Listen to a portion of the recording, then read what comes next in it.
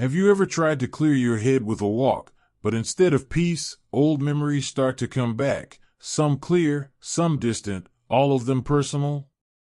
Learning English is like that sometimes.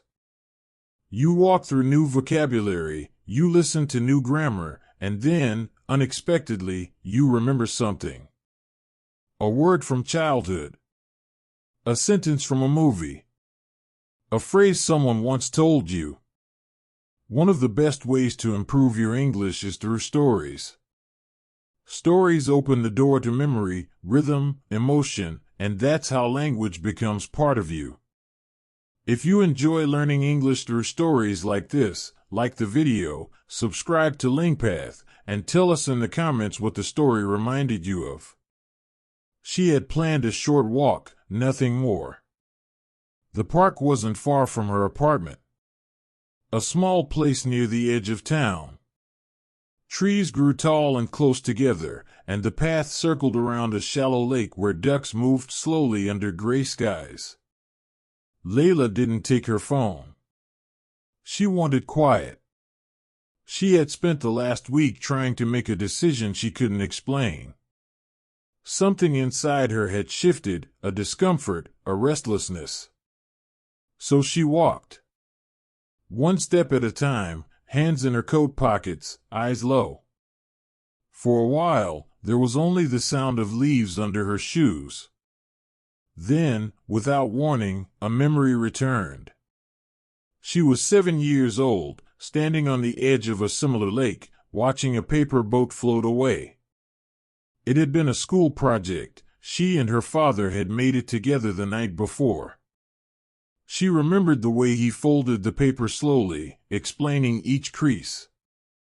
She remembered how he wrote one word on the sail, try. The boat had sunk after a few meters. She had cried. He had laughed. Now, years later, walking alone beside a different lake, she could hear his voice clearly. Things that float aren't always made to last. But they can still carry you forward. Layla stopped walking. The memory was so sharp, she looked over her shoulder, half expecting to see that little girl again, standing barefoot in wet grass. She kept walking. At the next bend in the path, she passed a couple holding hands, speaking softly in a language she couldn't recognize. It reminded her of a dream she had once, a dream where people spoke without words and still understood each other perfectly.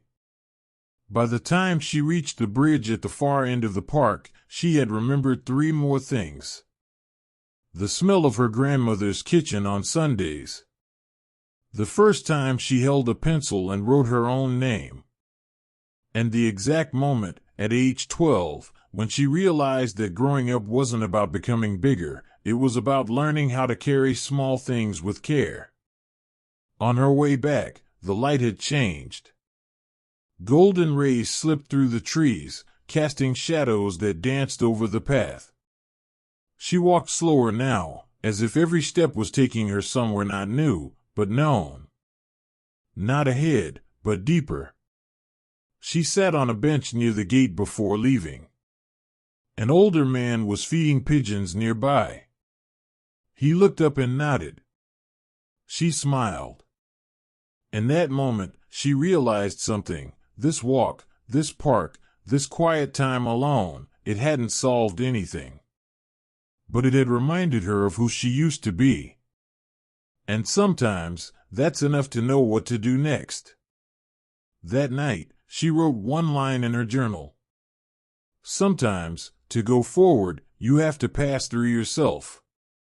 In today's story, you were introduced to expressions like without warning, a memory returned, sharp enough to feel, and learning how to carry small things with care. These kinds of phrases make your English more emotional, thoughtful, and connected. They help you express feelings, not just facts. Here at LingPath, we post English learning stories every day. Like this video, subscribe, and tell us in the comments, when was the last time a walk brought back a forgotten memory?